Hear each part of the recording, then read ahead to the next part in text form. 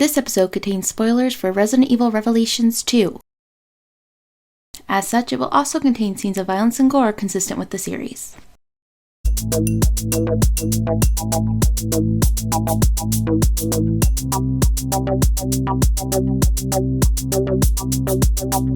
Welcome to the Push to Smart Water Cooler. Today we're taking a look at the first episode of Resident Evil Revelations 2, the first episodic game of the long-running franchise. While we don't plan on doing an episode-by-episode deconstruction like we do with Telltale's adventures, we did want to discuss how Capcom's approach might be different this time around. Which is kind of funny, because usually when we talk about Telltale games, it's more, what the story is, what they're going to do next, and this is Resident Evil. Mm-hmm. Yeah. Full stop. And what happens next is Resident Evil 6, so... Oh, so this does take place before Resident Evil 6.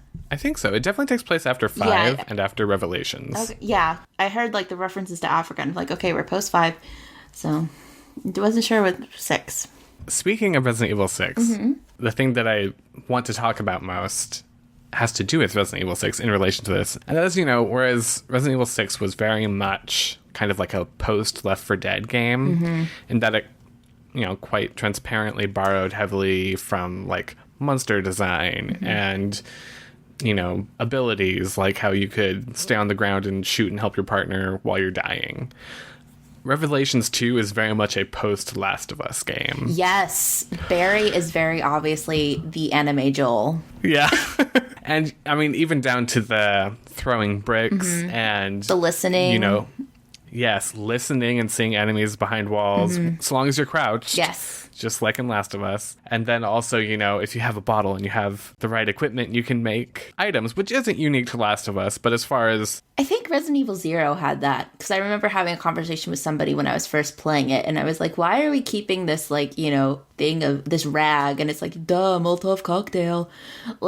So I think... Oh, was that his special thing? I feel, maybe it was, but I don't think that was necessarily unique to Resident Evil. I don't remember it being, you can either use his equipment to make health or destructive stuff like they have in The Last of Us before this game. Yeah, I definitely noticed that, especially when playing as Barry. It was like, yep, even his design, it seemed very much a riff on Joel, and then they introduced the listening. And also, the random monsters who have, the growths coming out of their head.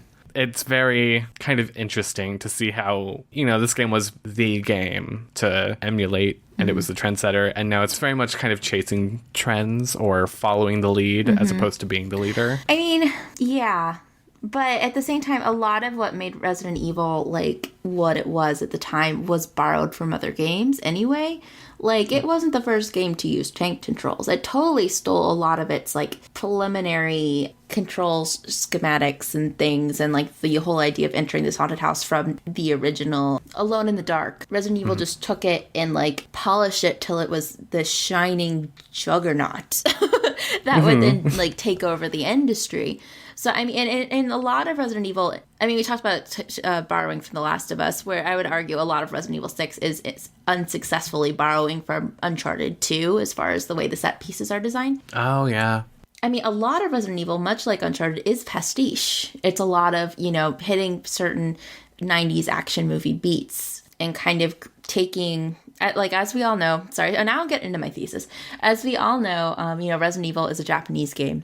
And it's a lot of its kind of appeal and kind of the drive behind it is taking these little snippets of Hollywood and American culture and then making it its own, which sometimes that's successful. Sometimes it's horrifyingly racist. But I think that's kind of what we're just seeing, another kind of generation of that happening here in Revelations 2, where it's okay, now they have this thing called The Last of Us. Let's borrow the things that we liked from that and try to see how we can Resident Evil-fy it. Which I thought for the most part it worked. Yeah, I didn't think that it took away from the game. I actually found Barry's portions, which seemed most Last of Us-y, to be the more enjoyable parts of the game, actually. So did I. Which I thought was really weird because, you're kind of armed to the teeth as Barry, and yet the harder monsters are with Claire. But at the same time, I remember when I first took control of Barry, it's how does he only have 18 bullets and no health spray? He is coming as a rescue mission. Yeah. Why is he not properly, like, outfitted? But at the same time, I feel like, obviously, one of the big things about this game was it was advertised as co-op. And it turns out it's only couch co-op, which we were very disappointed in because we wanted to play it together. We were so prepared. We were going to do Let's Plays. We had these nice headsets picked out. We got it. We got everything. We loaded up the game. Wait, why can't we do this? Yep. It's 2015, for goodness sake. And the previous games, previous main games in the franchise. Not the original Revelations. Yeah, had multiplayer that you could do online. But I think this one, more so than Resident Evil 5 and 6, felt more like, okay, this was clearly designed for two people. Like, especially in the Barry and Natalia segments. I know I spent almost the entire time playing as Natalia just because I could listen and, like, kind of see where things were before and then I take over as Barry to shoot them. Or stealth kill. Oh, I only did that like once. Oh my god, I kept doing that because I was like, because if I didn't, I just kept dying. Yeah, oh, really? Yeah. It felt more like, okay, I don't know, I spent so much time as Natalia, I barely spent any time as Barry, and it felt like it was designed so that you'd have one person on kind of stealth and pointing out the shiny things duty, and one person armed. Like, there was no sense of me ever walking around as Barry with his flashlight on, if I could just switch over to Natalia. And that's the thing, is that it was such a cool idea, because I feel like if you were playing it online and I was talking to you as Natalia, and I was like, oh, by the way, this guy, his weak point is his bottom, like, left shoulder. Yeah, because you could see the weak points as her, not just that they're there. Yeah. Or, like, wait, then go around this corner, and then you can stealth this guy instead of wasting ammo on him. Like, that seemed like such an interesting idea, but we can't do it. And the same with, like, the sequence with Claire and Mariah, is that how you say her name? I have no... Moira. I'm going to say her name like 16 different times throughout this episode, just so you know. So during the last push of their first segment, where you have to, like, really quickly get back there, turn the flamethrower around, and then actually turn on the flamethrower. That was another thing that felt like this would make so much more sense with two people, instead of having one person run in, like, you know, zoom the thing around while the other person just kind of stands there getting hit by monsters and then like switch over to them. It was just stuff like that where I'd get there and it's like, okay, I get what they're doing here. Why can't I do it? Exactly. It was one of those things like, you know, you're seeing the game that could have been. But I feel like, I don't know, I'm just frustrated. I really want to play that game. Me too. I don't want to play this game, which sounds harsh, I guess, but it feels like a completely different beast, or at least it would be. I mean, I think if I've learned anything from Resident Evil 5 and Resident Evil 6 is those games are incredibly flawed, but they are so much fun when you play them with another person. Totally. But what do we think about the episodic format? Well, when I didn't know much about the game. I was trying to go in as blind as possible. So I thought the first episode would just be Claire and Moira. And then the second episode would be Barry and whoever, because I had no idea who the second person was going to be. And apparently it's not. It's going through the same areas, but with different people. Yeah. And slight variations. I liked it and disliked it for the same reasons, in that it was a familiar setting. So some cases I knew where I was going, and other cases I was completely lost because it looked familiar, but also at the same time. That's interesting, because I feel like this very much takes after the original Revelations in that it's all very tight corridors. Like, the original Revelations took place on a ship. But yeah, they're just very narrow corridors, which could be, like, you know, scary or claustrophobic to make it tense. But it just made me lost and frustrated, because I'd be like, I don't know the difference between this corridor and the next corridor. But I do like the inventory system, though, a lot. It's so much easier to navigate than 6 compared to Resident Evil 6, yeah. Which is so nice. But yeah, Revelations really figured out the sweet spot. And I think we're both playing on PlayStation 4, right? I love the way they use the controllers. Yes. The controller light reflects the light on your bracelet. And then, of course, whenever the villain speaks to you through the bracelet, it comes through the controller speaker, which is wonderful.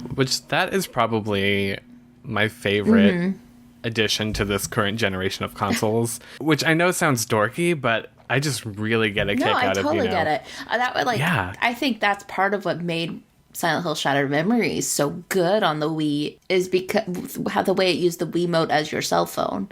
And whenever you'd encounter a ghost, the ghostly voice would come, you know, through the Wiimote itself. So you'd be holding it up like your phone, like, well, you know, what should I do next, kind of thing. Though it does make me wonder, why they felt the need to add, like, the blood framing the screen when you're injured. Yeah, that It just gets in the way. really distracting, especially if you're bleeding, which I dislike a lot.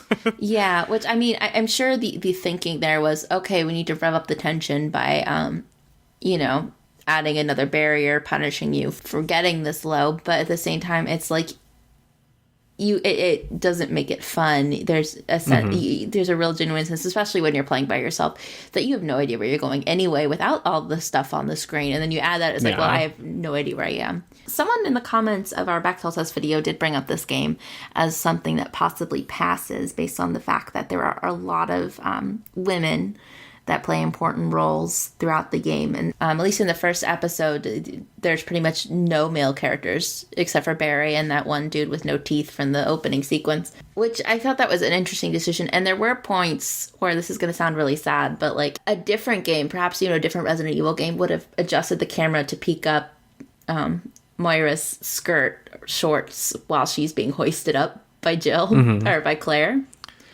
And I was kind of impressed with the fact that the camera didn't move and that there was no weird, like, animations that would make that seem suggestive in any way. So bravo for not being terrible. I was actually kind of compelled, which was a weird feeling for a Resident Evil game, when Claire offers Moira a weapon. And Moira's like, no, I don't do guns. And Claire was like, oh, that's right. I'm sorry. And so I'm like, where is this going? Yeah, that is very subtle for Resident Evil. Yeah. But I know, right? But then she's like, okay, I could do blunt instruments. Yeah, crowbar. I could beat Why didn't you somebody's say face in so? with this. It's fine. Let me just blind him with a flashlight first. Yeah. Which, that was one thing I think that did not work when I was playing, but would have been awesome if I was playing with another person. Because I found that she, like, never successfully blinded them while I was playing as Claire. And it's like, if this is another person, it would be so fun to be like, okay, I got him. Go, go, go. You know, like, that was obviously made for that interaction, and it just does not work in the single player. I haven't really truly experienced how it's using its episodic format because I basically just played one episode and I've already downloaded 3. But I get the feeling that this is going to suffer the same as the Assassin's Creed 3 DLC, the Tyranny of King Washington, which was unnecessarily episodic. Like, I feel like both Capcom and Ubisoft looked at the success of The Walking Dead and the kind of self-perpetuating buzz about them as, like, everybody meets around the water cooler to talk about them the day after they come out, and goes, okay, that's a way to, you know, generate some PR really easily. You know, we just have to harness social media. And the reason that Walking Dead works is, they're written by people who mostly know what they're doing and how to handle the format. And also, they're point-and-click adventure games. If you know how to use a mouse, you can play those games. For Resident Evil and Assassin's Creed, there's a lot more, you know, inputs and outputs to keep track of and relearn between episodes. Like, I remember distinctly getting the Tyranny of King Washington up and just being like, oh my god, how do I play this game? Like, I finished Assassin's Creed 3, but that was like, what, a month ago? I don't remember how to play this. I've already moved on. Yeah. And I feel like this game, of course, this is coming out like once a week for just a month, so it's not quite the big gaps. But I feel like this will have the same problem because there's a lot of stuff to keep track of. You have to, like, you have your, like, firearms to choose from. You have your knife. You have your, like, weapons you can upgrade. You have, like, your first aid spray. Between the different characters. Yeah, it's a lot to do and to like, commit to muscle memory. So I'm kind of wondering why developers keep doing this, and if we'll see some episodic fatigue as more and more people that clearly do not understand the strength of the format keep trying to jump on the bandwagon. I don't know how I feel about it because, you know, for a while now, Resident Evil has been divided up into chapters, so it doesn't feel that foreign a concept to break it up even more so. But, like, when it got to the next time on Resident Evil Revelations 2, I was just kind of like, I don't know, it didn't have the same impact because it wasn't really a cliffhanger. No. Like, I feel like this game wasn't arced out as, okay, 4 distinct episodes where they all have their own little arcs inside of it. It's just... action stops. Here's a couple levels. Here's a couple levels. Here's a couple levels. I was reading the AV Club / Gameological Society's review on it, and they make the great point that Resident Evil is at its best when it's just these like kind of encapsulated moments of tension, which is why I think the chapter format works so well in the Resident Evil games mostly, because it's just like you can't save in those moments. It's just tense, tense, tense, tense. But then every chapter is kind of bookended by a lull where you can kind of catch your breath before diving into the next thing. And this doesn't really, I'm not sure.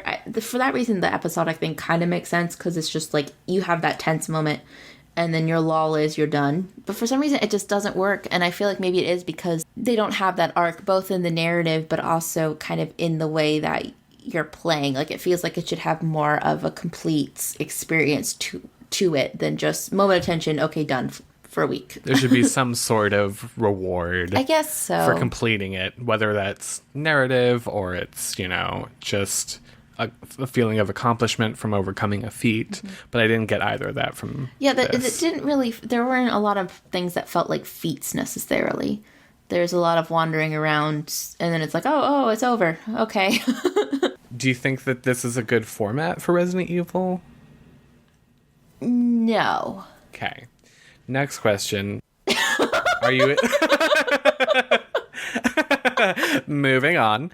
Are you at least interested or enjoying the game as a Resident Evil game, not necessarily as an episodic game? I didn't really enjoy Claire's part very much, which surprised me because she was the one I was looking forward to. But, same here. But I'm enjoying the Barry and Natalia part, even though every time I switch, I'm like, this would be more fun if I had another person with me. Yeah. So that does it for our discussion on the first episode, Resident Evil Revelations 2. Once again, just going to stress that we're not going to be doing an episode-by-episode game. We might come back to the game at a later date, but we probably will do more overarching game as a whole episode. We have very mixed, strong opinions on the game, and we're not entirely sure where it's going, so we would absolutely love to hear your thoughts. And we'd also like to know, in particular, if you could make just any franchise into an episodic game, which franchise would that be? Let us know in the comments, and of course, don't forget to subscribe to keep up to date on all of our latest water cooler discussions and scripted episodes. Who's the master of unlocking now, huh? Come on, hurry. Okay.